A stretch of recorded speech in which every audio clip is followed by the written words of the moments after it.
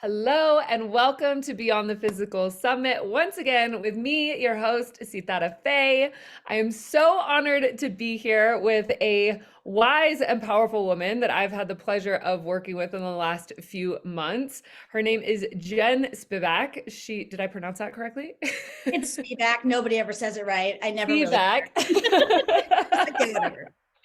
Beautiful. Well, she owns an ad agency that is all woman run. You have a very powerful story on how you got into that. So, can you speak a little bit about your inspiration and why you have chosen to create a female led and woman run business? Yeah, it's a long story and it starts like a decade ago, but I will get to the point if you just give me a moment. So, interestingly enough, and I feel like every time I tell this story, I'm like, so it starts with an abusive relationship, and people are like, what? What does that have to do with ads? But it really the story starts actually after I got out of that relationship, and so just because of who I am and how I'm wired, my healing process was we're getting involved in advocacy work, like immediately. This is like the way that I know how to get on the other side of the experience that I just got out of.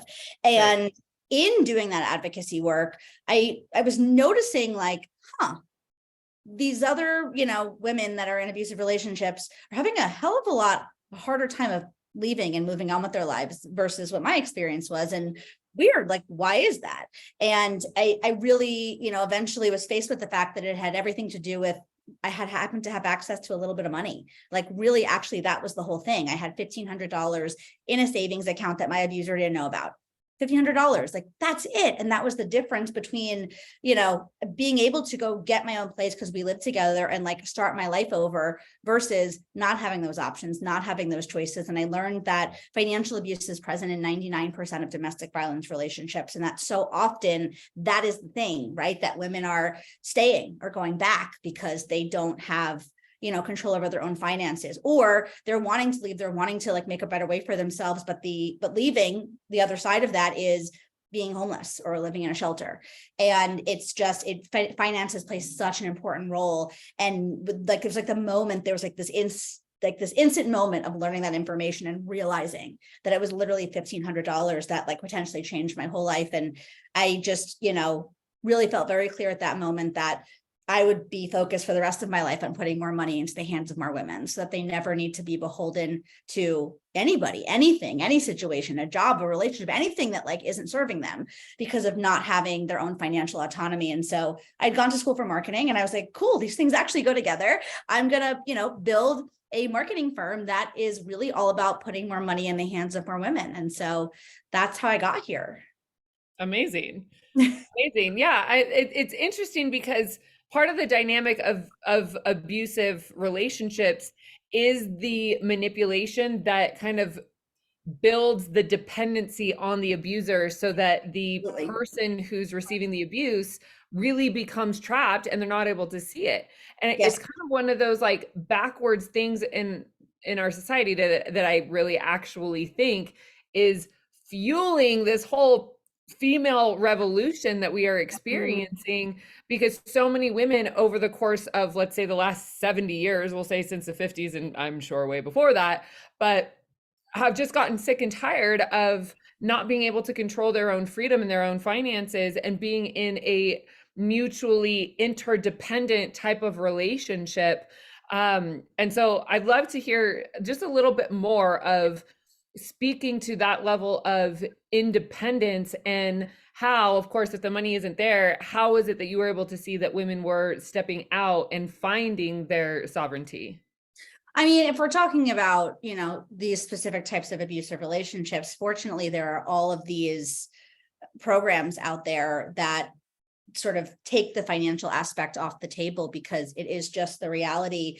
But I do think, and look, it's not about like making a certain amount of money necessarily, but just like autonomy in general in your life. Yes, that gets manifested through finances. And with the specific thing that we're talking about, there's like an added benefit there. But for me, and this is something that's always been really important to me, just like claiming my sovereignty and autonomy and, being my own person outside of anybody else or anything else and being super independent. I think that's something that you can claim whether or not the money is there. Mm-hmm.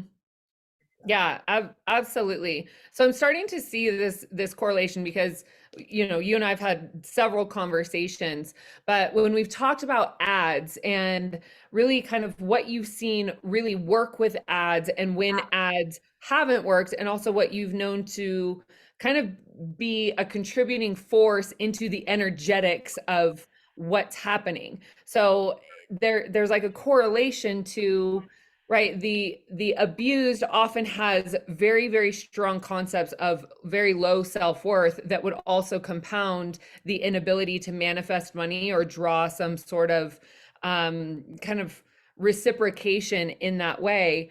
And I know this is kind of like a jump of a parallel, but what is it that you've also seen kind of in that ways of working with clients and seeing different changes with ads and, how they can connect with Facebook? So there's one thing that I thought of as you were talking. I want to answer that question in 1 second, but it just Yeah, reminded please me. do. So I just immediately I was like, oh my God, I need to say this. So interestingly enough, my agency, we have a partnership with an organization called Free From, and they're the only organization that I'm aware of that specifically deals with this financial abuse element of domestic violence. And the woman, Sonia, who runs it, this woman is an angel. She originally started a program inside of the creation of this charity that was around helping survivors become entrepreneurs, because she had this thought that, survivors are like the strongest people in the world. Like, they go through everything just to stay alive, and who would make a better entrepreneur? And so just listening to you talk, like, of course there are negative self-esteem issues and mindset stuff and stuff you have to get over, but also, wow, those women make incredible entrepreneurs, because literally you're like fighting for your life. And as an entrepreneur, you're like fighting for your own way forward. You are kind of fighting for your life, not like in necessarily that intense of a way, but like every single day, like making a life for yourself. And so I was just thinking about that as you were talking, that that was really the whole premise of this like amazing organization that she's now built. Mm-hmm. Yeah. Yeah, I can attest to that as well. I actually, unfortunately, had abusive patterns in my childhood. And psychology will say it takes 5 generations to break a pattern of abuse. And Crazy. unfortunately, that was prevalent for me. And Yeah. as I went through my experiences of healing, well, then it like manifested into sexual assault in my early adolescence.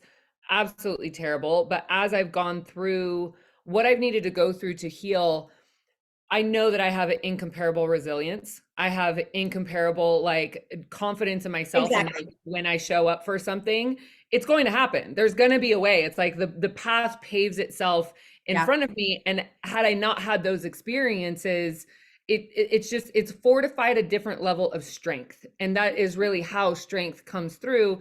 And Yep. that entrepreneurial spirit is like not taking no for an answer. It's like, oh, Exactly. we're going through. It's happening. Exactly. Yes, perfectly said. But to answer your original question, we and I've spoken about this before. I think, people are like, does energy and mindset really impact ads? And I'm like, does it not impact everything?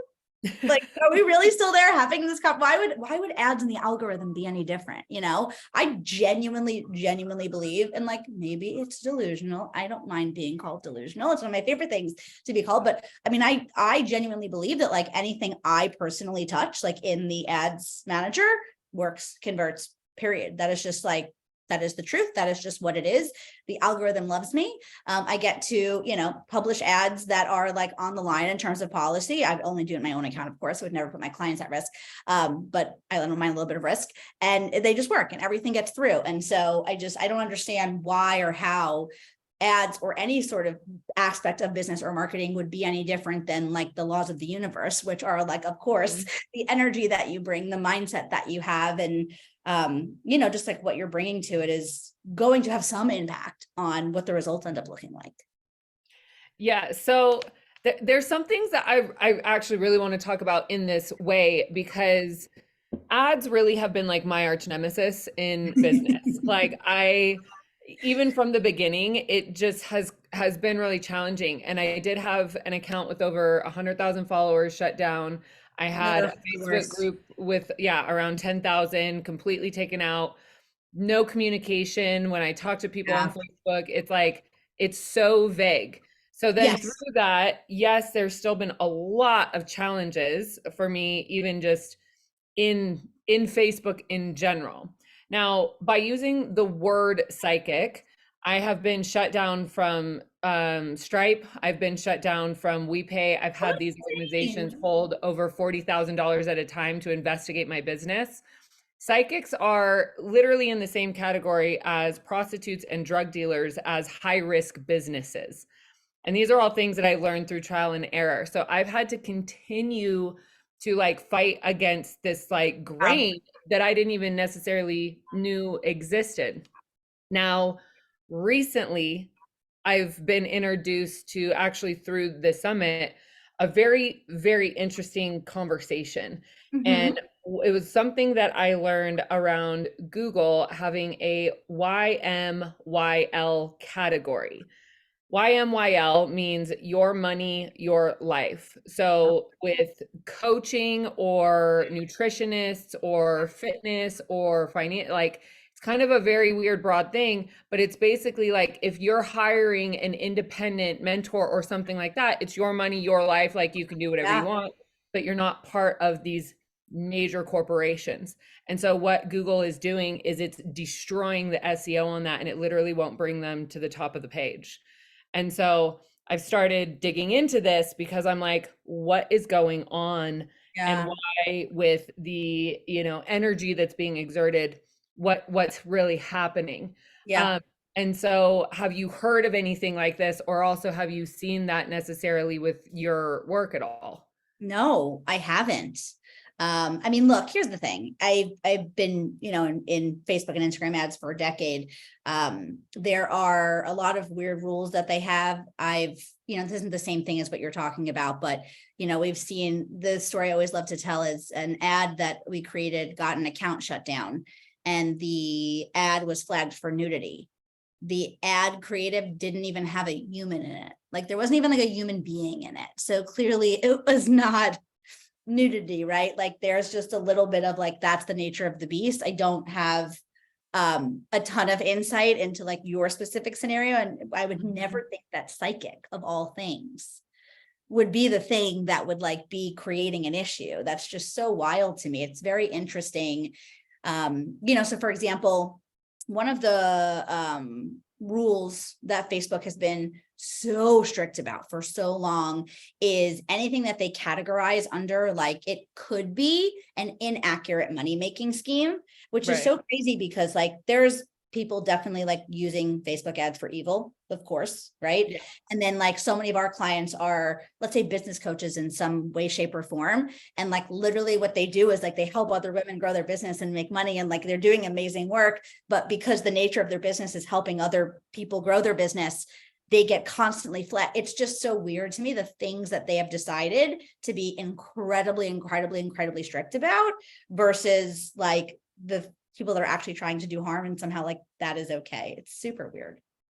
It I would say it is and it isn't. One of the things my life has led me in ways that I never in a million years would have predicted. And one of them was I got pulled into a crypto project in LA. It was a program that shall not be named because we're leaving the shit in the past. But Okay.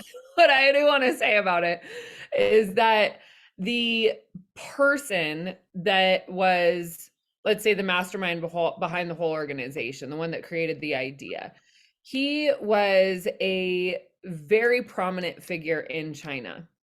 And he said that he was framed.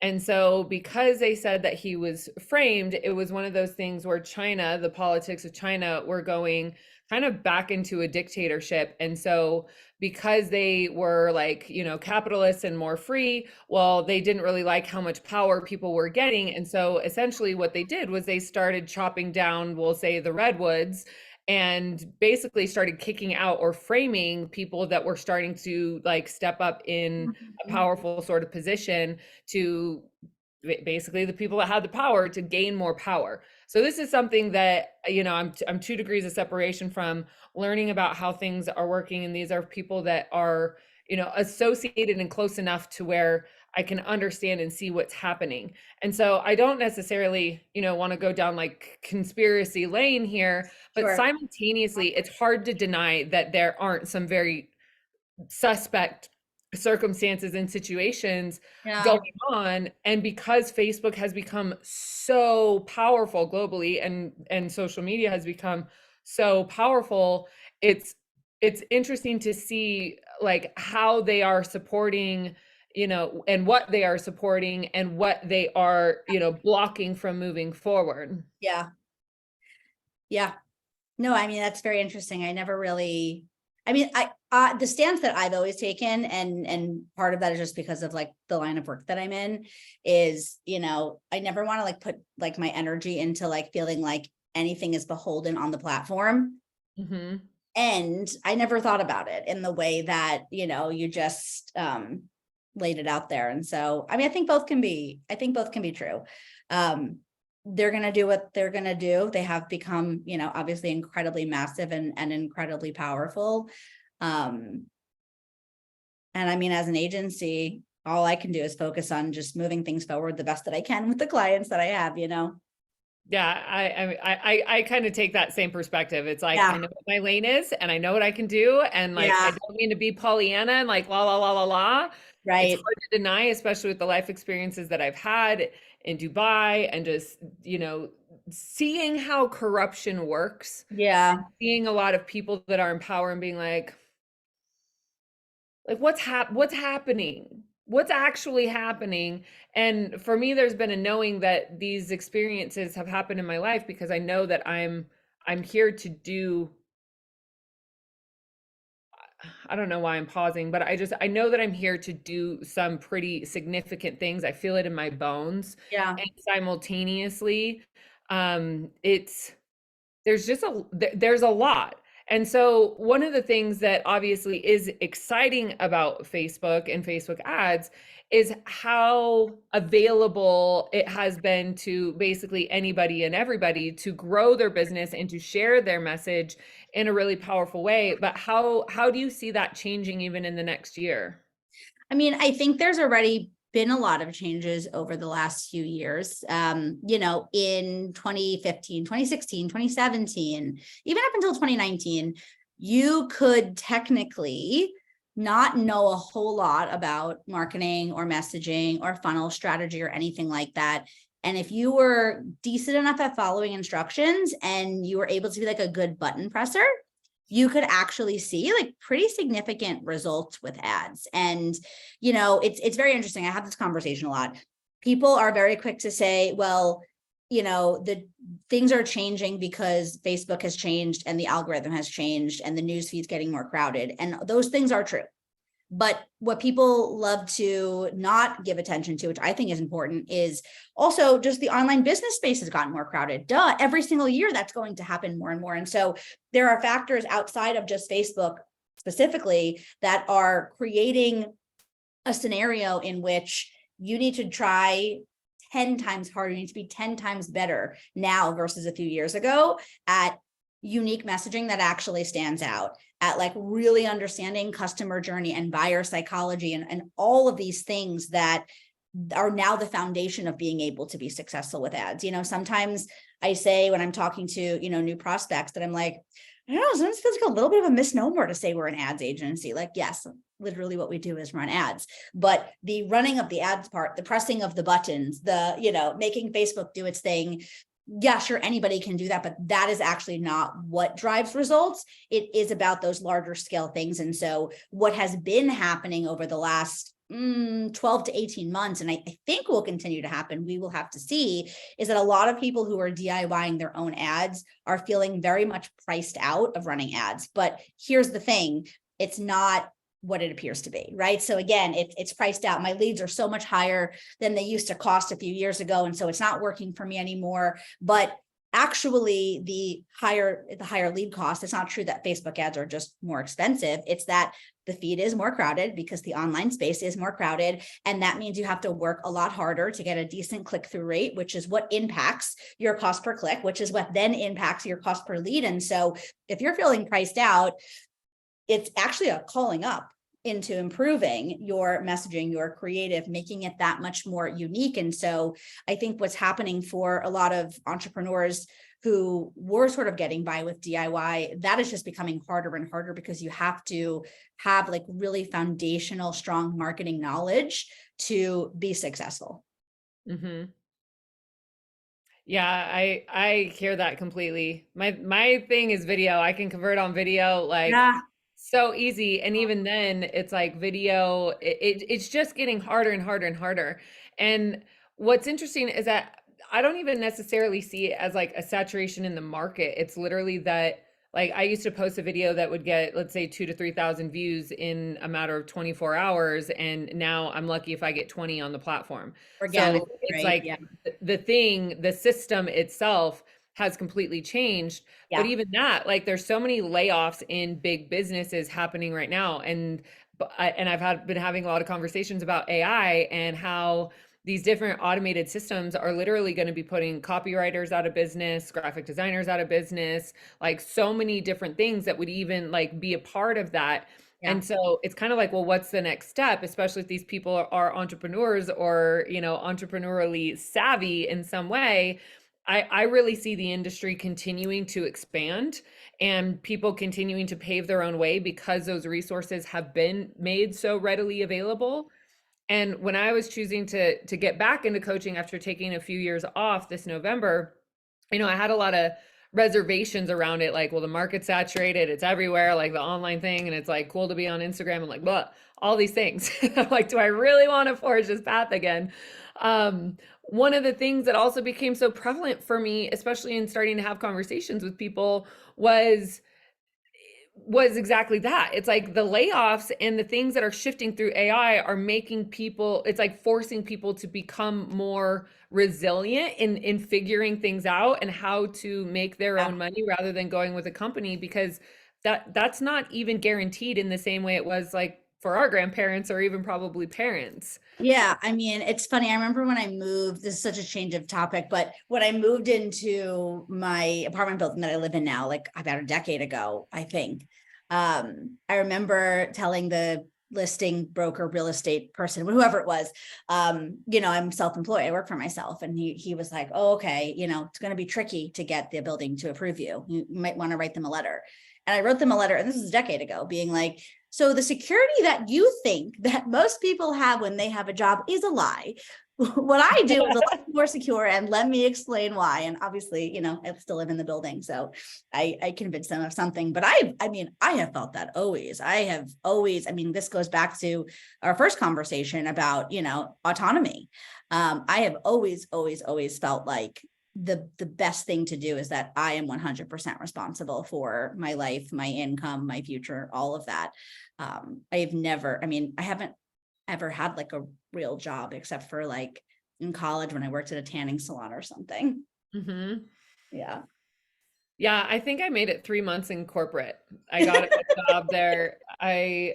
I literally was getting in trouble for like shooting rubber bands and writing haikus at my desk. And I was like, I am not made to be in a box. Like this Uh-huh. is just like, Yep. I cannot. Yep. And that was the extent of that.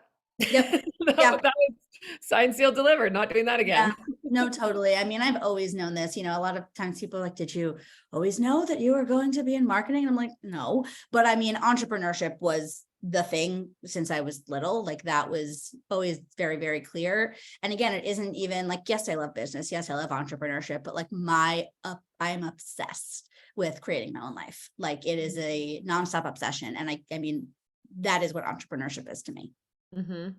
So what was the first thing that you started selling when you were younger? So I used to put on carnivals in my backyard when I was five or six. And I can like remember this. We had this massive yard. So I charged for entry, but then there were multiple booths and you had to also pay like to play at each booth or to like buy certain things. So it was like a monetization fair basically. And I just remember like there was like one, like the first weekend I ever did it, I made like $100, which like isn't a lot of money, but I'm five. I think my parents were like, should we be afraid of her? Like, So literally, I mean, just like since I was little, it was just who I was. So it was always just a matter of when it was going to happen, not if. Mhm. And then, I went to school for marketing, then my experience, that I shared at the beginning of this, and it all just sort of converged, and it was like, and here it is. Great. Let's go do this.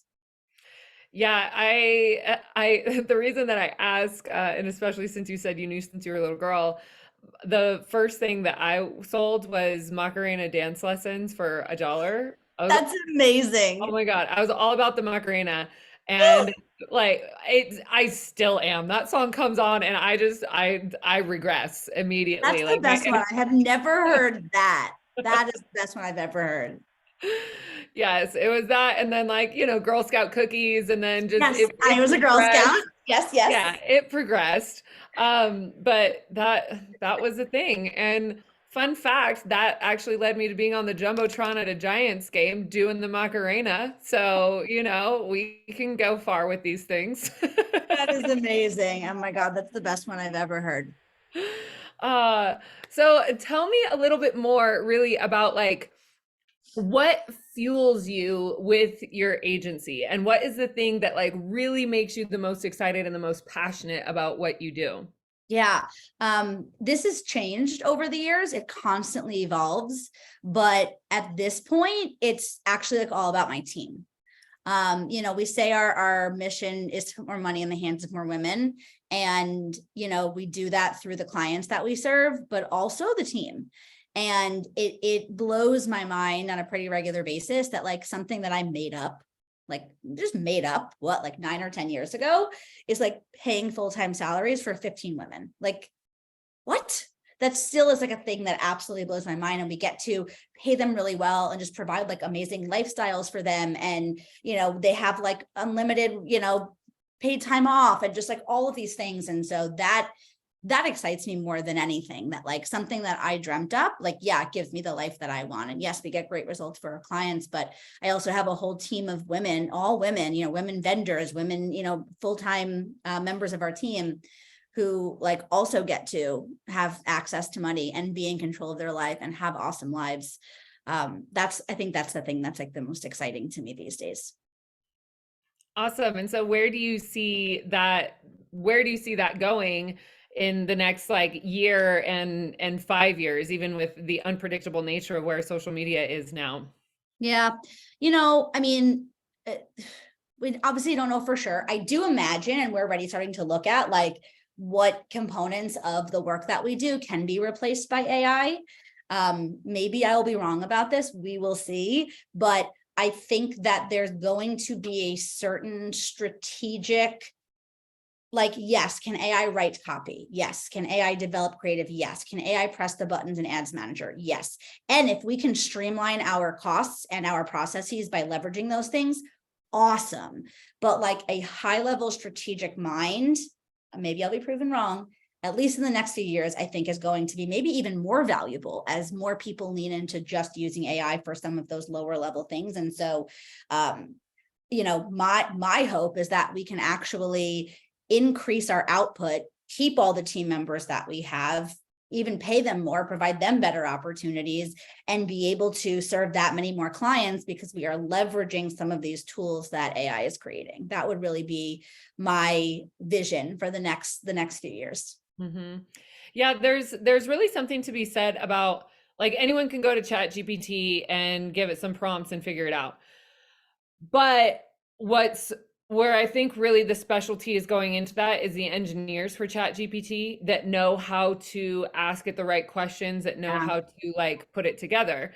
I use Chat GPT to, check it out, have it write some emails. I really did notice that it was missing heart. To me, I could feel that, and especially being such a Yes. heart-centered human, it was like that was Yes. missing. But it whipped me up a business plan that would have taken me like 2 or 3 weeks. Like I had the business plan, I Yeah. I knew all the components, I did the outline, but for Chat GPT to write it up for me, I was done in like half an hour, like Yeah. mind blown. All I need to do is get this on some slides. Like what the heck? It Totally. it And blew my again, mind. yeah, I mean, I think leveraging it in that way is so awesome. And there's just going to be, right? I say it's like high level strategy. You say it's hard. Like there's going to be something that is still like human input needed in some way, shape, or form. And I think that like the next few years is going to be, especially for businesses, right? Like figuring out the right blend of the two. You don't want everything to just be all AI. We still want like some sort of human touch, but there's a way to, I think, leverage it for, increased profitability, better margins, increased outputs, all of that. Yeah.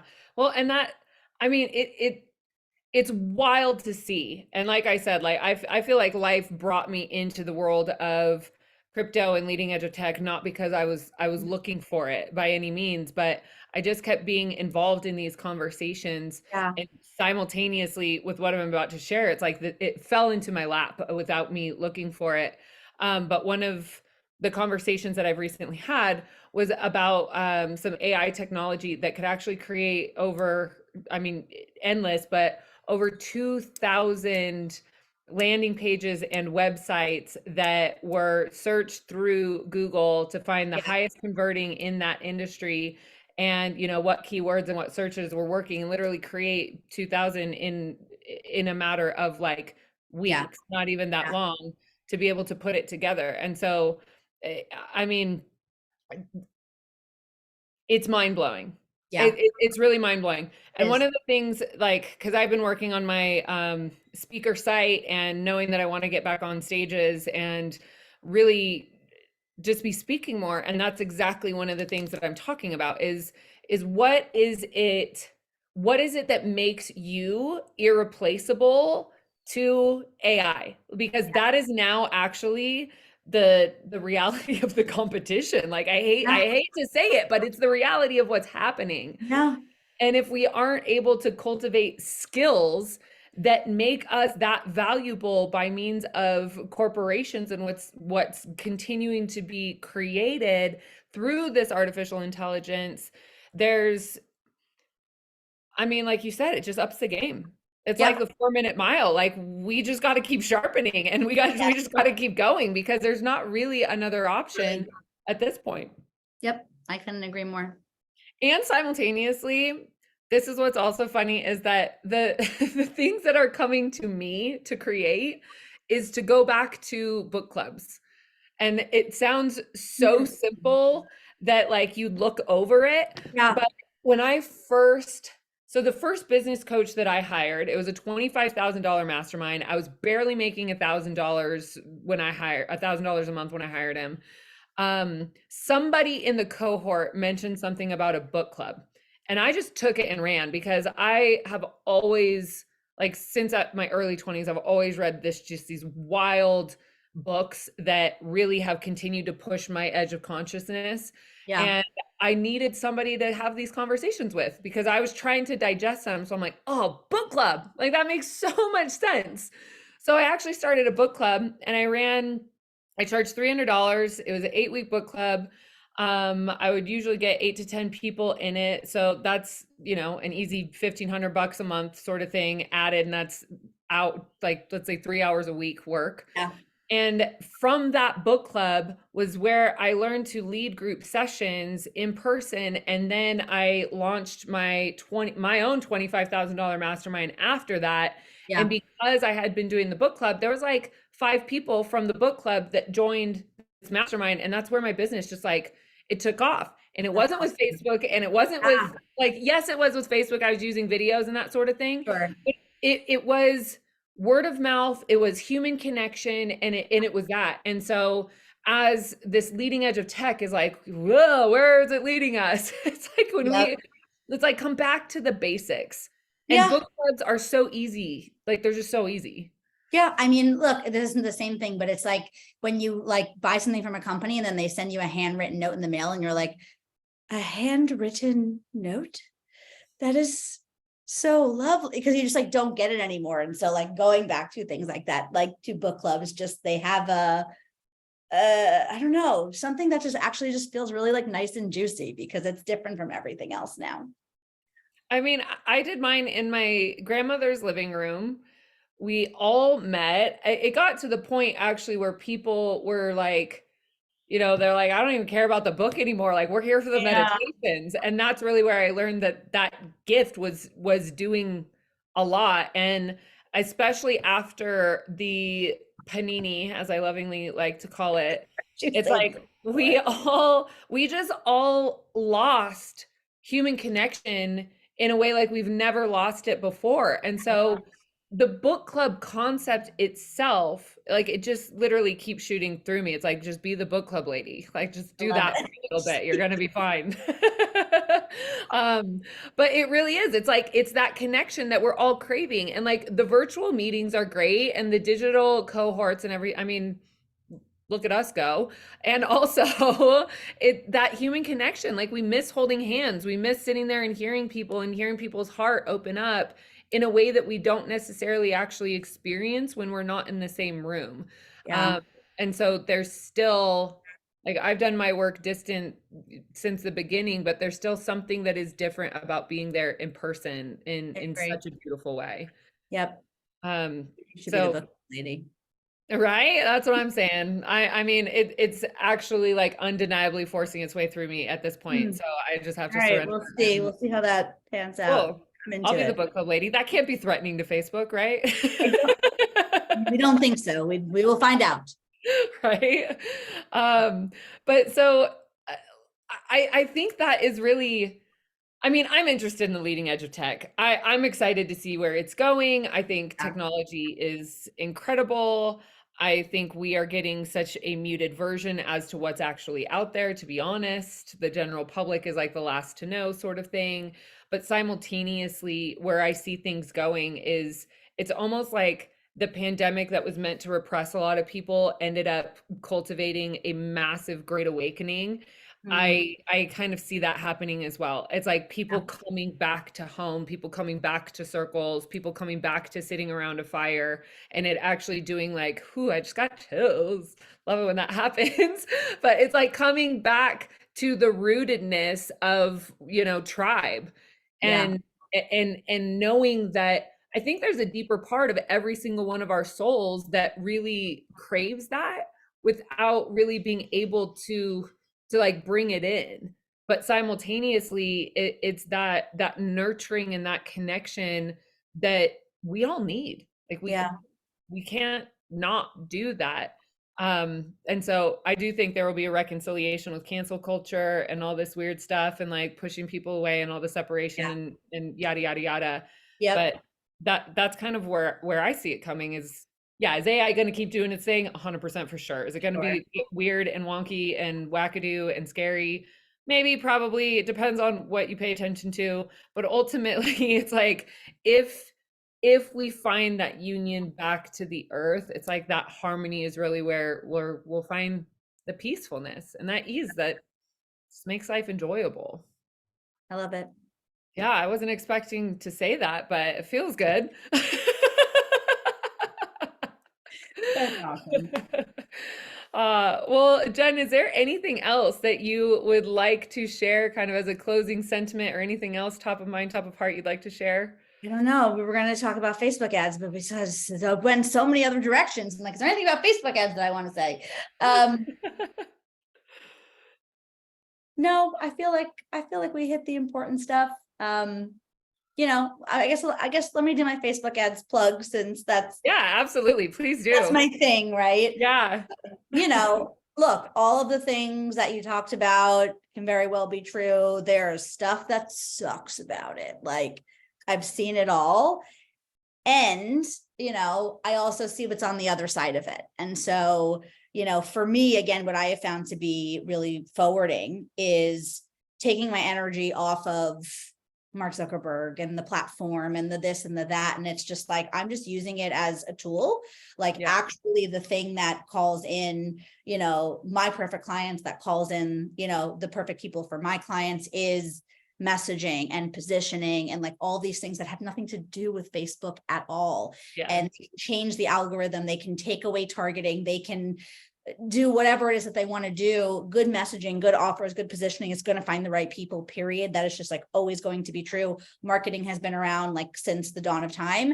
This is just a specific channel that we have access to now. And so I like to take the energy off of Facebook and put it into, the business, the offer, the messaging, the positioning.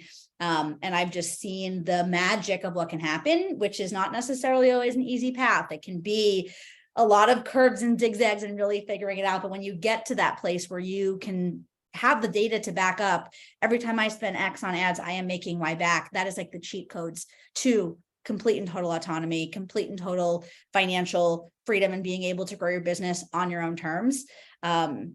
It's really amazing and powerful if you can get through all the other stuff to get there. So what would you say, like, what would you say would best prepare someone to get to the point of being able to run ads and or even work with your agency? Yeah. I hate to like beat a dead horse, but it really does come down to messaging and positioning above all else. You want to have a very clear, well-defined target audience. You want to really, really understand the messaging points that move them forward. You want to have, very clearly defined customer decision journeys. And you also, both logistically and from an energetic standpoint, need to or get to understand that it is all just a test. It is all just learning. You want to be mentally and energetically prepared to not necessarily have every dollar you spend make profit right away. And then logistically, cash flow wise, same thing, right? And so there are all the things that you can do to get all the right stuff in place and be ready. And still, it's going to be a journey from there. And so you're looking for, the right partner who can navigate that process with you. And you want to, again, be in a place to be able to sort of see it through, to put all the puzzle pieces together to where it can just work and be a consistent, predictable customer acquisition system for you. Mm-hmm. Yeah, I really do kind of feel like at this point, I mean, you noted on the beginning, yeah, if you could toggle some buttons and throw some things on there. I did make an ad for my first book club, my metaphysical book club. $40. I was like, let's just play with this, put it out to Reno. I ended up getting a couple clients from that. One of them ended up joining my Earth Angels program, and another their partner ended up, working with me. And so it was like a, 30,000 return over the course of a year for a $40 ad. Like that. Yeah. And then after that, it's been like gambling. You're like, I don't know, is it going to work? Is it not going to work? It's kind of like, that level of patience to really thread that needle, and also knowing, like we've talked about, it's just the concept of 3 feet from gold. And most people quit before the miracle occurs, and most people will like not quite get through that barrier. And I can speak from my own experience that a lot of it has to do with readiness and how bad do you want it, and how bad how much are you really willing to receive as you go through it, because it is my whole shtick is the grow your soul-centered business. I don't believe that there's anything more spiritual you can do than be an entrepreneur of something that comes directly out of your heart and soul, because it leaves no stone unturned. And it's like the element of Facebook ads in the entrepreneurial journey today, it like turns the amplification and turns the entire thing on steroids, as far as like how much can you really put in, and how dedicated are you to continue to see it through. And then, like you said, it's like the reward that's right there, that 3 feet from gold. It's like hitting that spot. It's kind of crazy. And also, I mean, to me, there's also a beauty in the process in terms of data, right? I mean, this is so normal to us, but 20, 30, 50 years ago, any other type of marketing that you did, it just worked or didn't. And you didn't get any insight into what part didn't work. Was it the messaging? Was it the audience? Was it this? Was that? Like, I think that is also, people who can really step into that and be like, wow, I am learning so much, right? There's only, profiting or learning, not losing. I think when you can really step into that, again, both logistically and then from like a energetic standpoint, it's just a really powerful way to do Facebook ads, or really any type of marketing in your business. There's so much gold that comes back, whether it's a profitable month or not, in terms of like what is happening and where you get to go and iterate from there to make it all work. Mm-hmm. Yeah, one of the things that's coming up to emphasize that is also like being able to be non-emotional about it. that it's Mhm. not a personal thing, that it Yep. is like, okay, well, it is black and white. There are logistics to it. Does a mindset and managing your mind absolutely help and facilitate the growth? 100%, absolutely. Like you were talking about beliefs for sure.